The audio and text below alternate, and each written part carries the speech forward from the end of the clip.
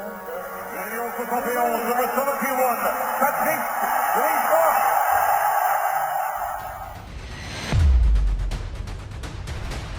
I'm Patrice Brisebois, and you're watching Breaking the Ice.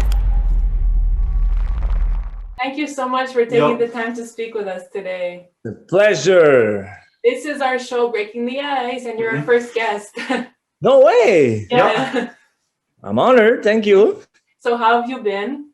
I've been very good. So what have you been doing recently to keep busy?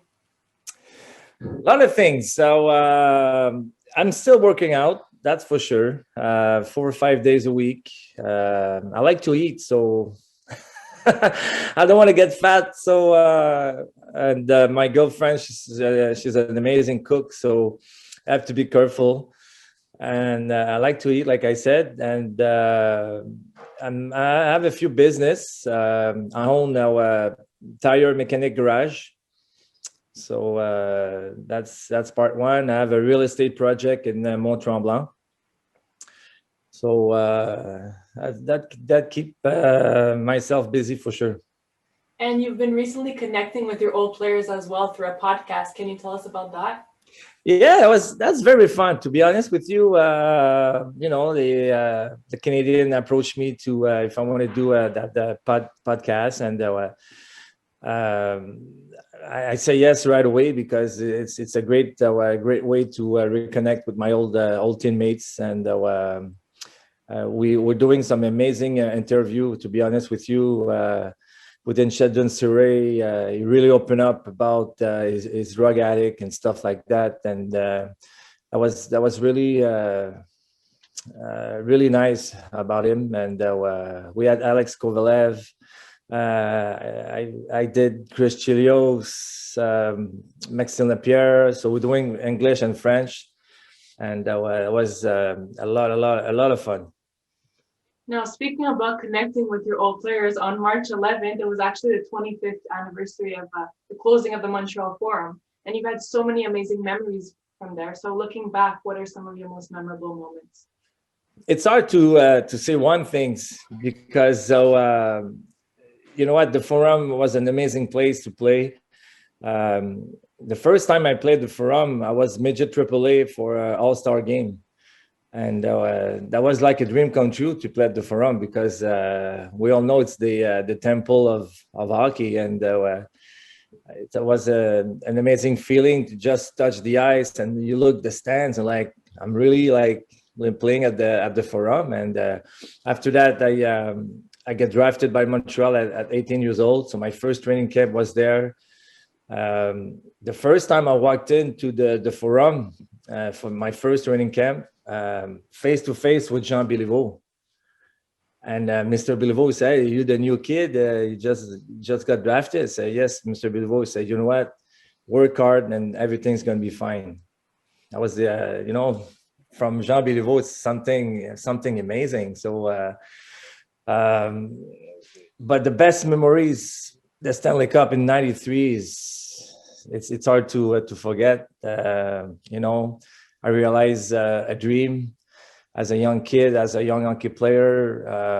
Your first goal it's to make the NHL, and I was really fortunate, playing in the NHL, but playing for the team I grew up watching and admire. So to be part of that Stanley Cup team and '93 was something amazing. Still today, when you're winning a Stanley Cup, your teammates are brothers for life. And every time I see guys, I won with, in '93, it's a great feeling because we talk about, the past and what happened in '93 and the way we won it in '93.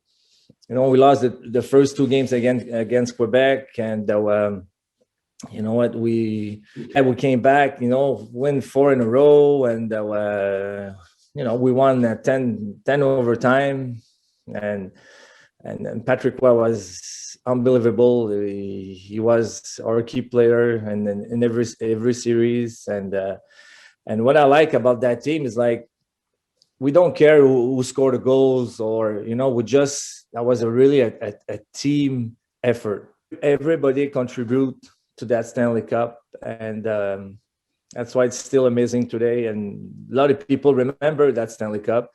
First of all, because it's the last Canadian team to win the Stanley Cup, and the way we won that cup. And just to close the forum, the day we closed the forum was something emotional. It was really, really special to see all those legends, Maurice Richard, Jean Béliveau, Guy Lafleur, Ken Dryden. That's the, you see, you're part of that family, but that tradition, all, so many Stanley Cup and so many championship, and those players, they were legend. And to be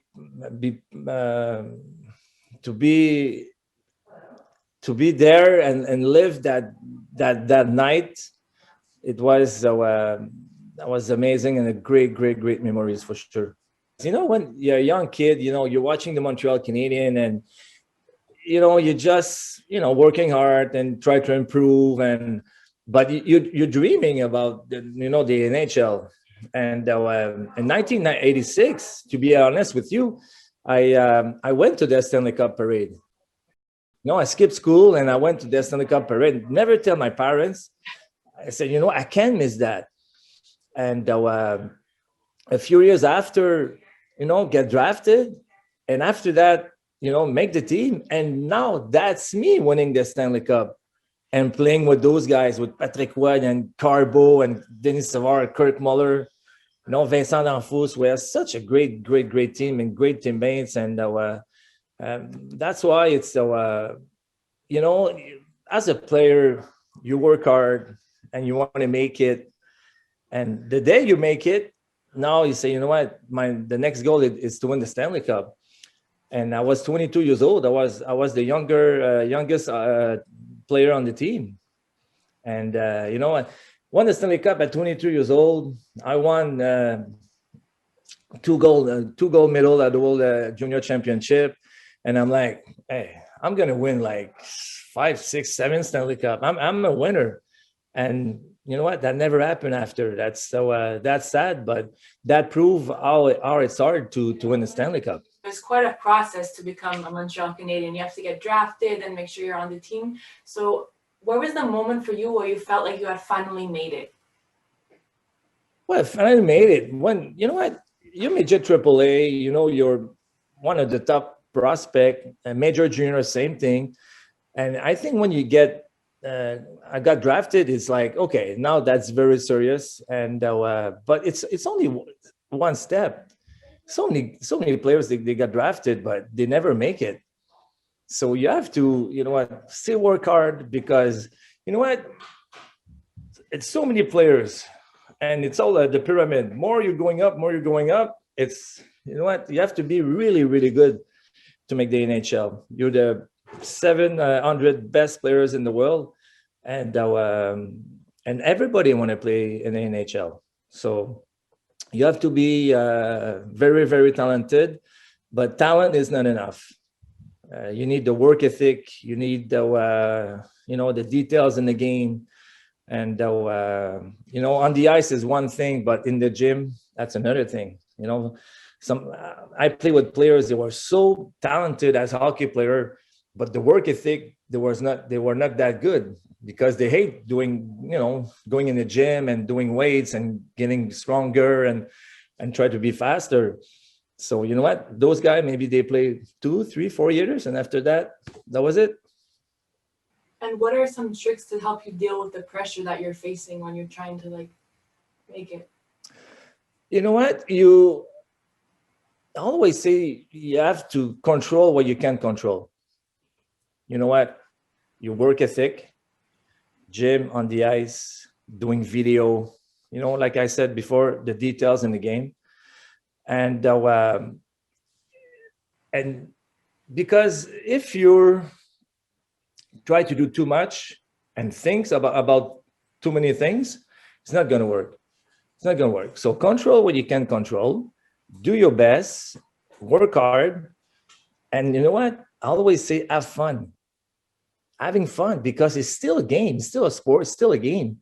So, you know what? Yes, the athlete, they want to perform, they want to, to make the difference, but it's still a game. And I'm telling you guys, after 1,000 games, before every game, I was telling myself, come on, Breezer, let's have some fun tonight. I don't want to say to myself, okay, I have to do this, I have to do that. You prepared. We know what we have to do. We know the game plan. We know what we have to do as a team, and we know what the other team they're gonna do. So you know what? Just be focused and work hard. Battle one-on-one. Huh? How many times we need to win a battle one-on-one? It's true. You know what? If you don't win your battle one-on-one, you know what? You can't get the puck. If you don't have the puck, you can't control the game. Looking back at your life and your career, you've obviously had many success, but do you have any regrets? You know what? I don't want to say I have regrets, because you have to. I'm very proud what I did. To be honest with you, when I was major junior, I was one of the best defensemen in the world. I went 3 times at the Memorial Cup, 2 gold medal. Best defenseman in Canada. I was like, wow. My future was so bright. And after that, you won the Stanley Cup, and you're doing your best. And I play 1,000 games. How many players they play 1,000 games? But with my style, and Montreal, maybe that was not the best team for me. If I was playing with Detroit or Colorado or Philadelphia, they were scoring machine. In Montreal, I was more defensive, the trap, defensive style, waiting for your opportunity. But that was not really my style. But I was so happy as Quebecer and Montrealer, then play for the Montreal Canadiens. So I never asked for a trade. I never say, you know what, that's my team. And maybe the only regret I'm going to tell you, it's when I was become a free agent in 2002, and I signed the biggest Montreal Canadian contract in Montreal Canadian history. And after that, I think, I had bad press, and the team was not winning, and had bad press, and the booing start and stuff like that. So that really, really changed my life, on the ice and off the ice. And that was not fun. That was not, I was not thinking, when I signed that contract, those things will happen. I was just a little boy, doing what he loves, playing hockey, and he's so proud to play for the Montreal Canadiens. And you know what? When you become a free agent, you can sign anywhere. I accept less money to stay in Montreal because that was my team, and I want to play here and I want to win here. And you know what? Some people, they never think about that. They like, hey, so they don't care if the team's not winning. It's a team sport. Even if I was playing 25 minutes, 30 minutes, but we don't have good players and we're not winning, it's not only my fault. And those booing, for me, that changed my life. I had death threat, rocks in my windows. I was ridiculous. I was just a hockey player. So sometimes I think about that. If I was, for the first time in my career, I was become a free agent. Maybe if I signed with another team, never those things happen. That's a new challenge, a new city, a new team, a new teammates. Sometimes it's good, because I remember after I signed with the Avalanche, that was fun. I was alive. I was a new challenge. I was like, that love of playing hockey. And my first season with the Avalanche I had my best season ever. So, that was fun. So that was maybe that only regret I have when I think what happened after.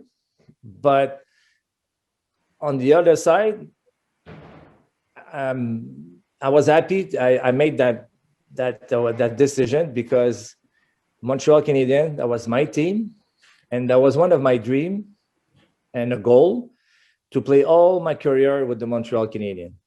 So that's why when I came back, people say, why did you sign back with Montreal with everything that happened? And I'm like, because I should never left. Because I want to be like a Jean Béliveau or Henri Richard and those and Bob Gainey, those players, they play all their career with the same team.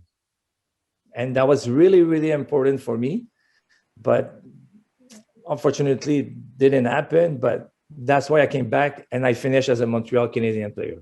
I'm an honest person, guys. You know what? I'm not afraid to say what I think. I'm very comfortable in my own skin. I'm 50 years old now. And you know what? That's what happened in my career, in my life. People sometimes hockey players, they're not machine. They're not, we have feelings. We have, yes, you're a hockey player, but you have a wife, you have a kid, you have a family, sometimes people, they don't think about that. They're like, hey, we're paying that kind of money, you're supposed to perform. Yes, it's true. But you know what? People doesn't know everything.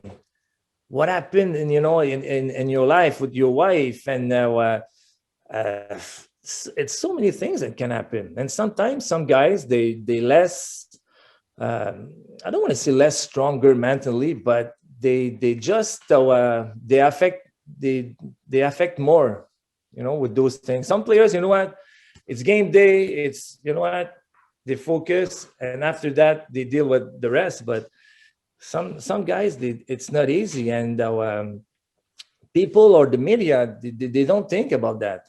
You know what? And the players, they don't want to say, to go to the coaching staff, said, me and my wife, I don't know, maybe we're gonna split and stuff like that, because you don't want to be weak. You don't want to be like, it's your personal stuff. But you know what? Not only hockey players or people, or they're playing sport. In real life, a lawyer, doctor, you guys, sometimes you have bad days. And athletes, they're the same. They're not superhero.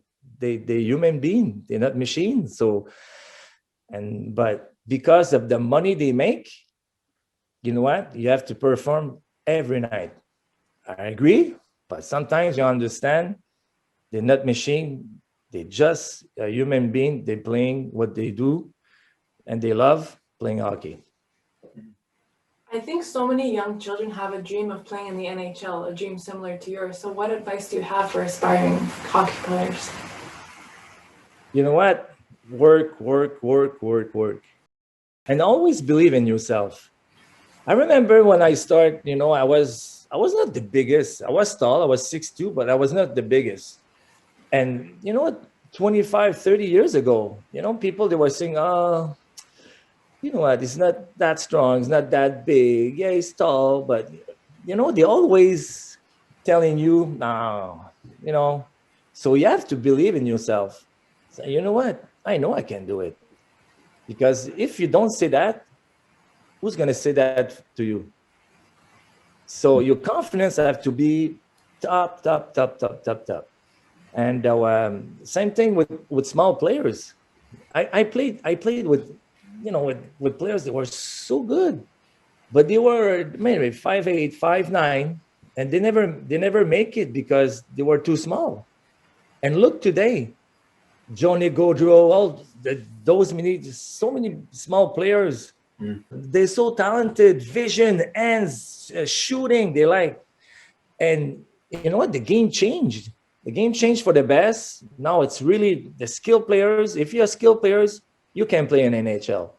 But the kids, for any kids, always believe in yourself and work. It's the work ethic. I told you guys, talent is not enough. You need that work ethic that's gonna put you on the top, and believe in yourself. That's simple as that. And have fun. Have fun. Have fun in the gym. Have fun. You know what? Every time I'm working out, you know, for some people, you know, going in the gym, it's like a torture. They don't like going in the gym. They love playing hockey. They love, you know what? But going in the gym, they don't like to run. They don't like to do bike. They don't like to do weights. But you know what? It's part of the job. So you know what? You better like it than, you know, going, you know what?